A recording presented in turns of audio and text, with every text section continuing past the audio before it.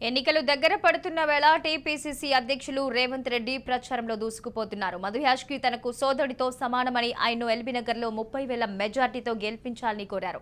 ముంపు ప్రాంతాల సమస్యను పరిష్కరించే బాధ్యత కాంగ్రెస్దేనని, కాంగ్రెస్ అధికారంలోకి వచ్చిన తర్వాత 6 గ్యారంటీలు అమలు చేసే బాధ్యత తమదేనని రేవంత్ రెడ్డి అన్నారు.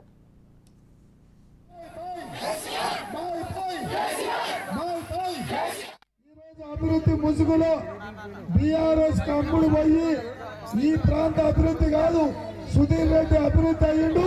కార్యకర్తలకు అన్యాయం చేసుకోండి, ఏ పార్టీ కూడా క్షమించదు. ఎన్నికలకు 10 రోజుల ముందు పార్టీని వదిలేసి పార్టీ ఫిరాయించడు.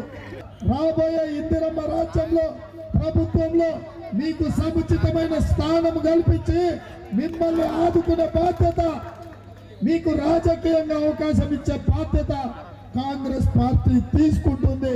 ఈ రాష్ట్రంలో ఇందిరమ్మ రాజ్యం రావాలన్నా మదన్న ఎల్బీనగర్ నుంచి 30,000 మెజార్టీతో గెలిపించి రేపు రాబోయే కాంగ్రెస్ ప్రభుత్వంలో మదన్న ప్రత్యేకమైన పాత్ర పోషిస్తాడు.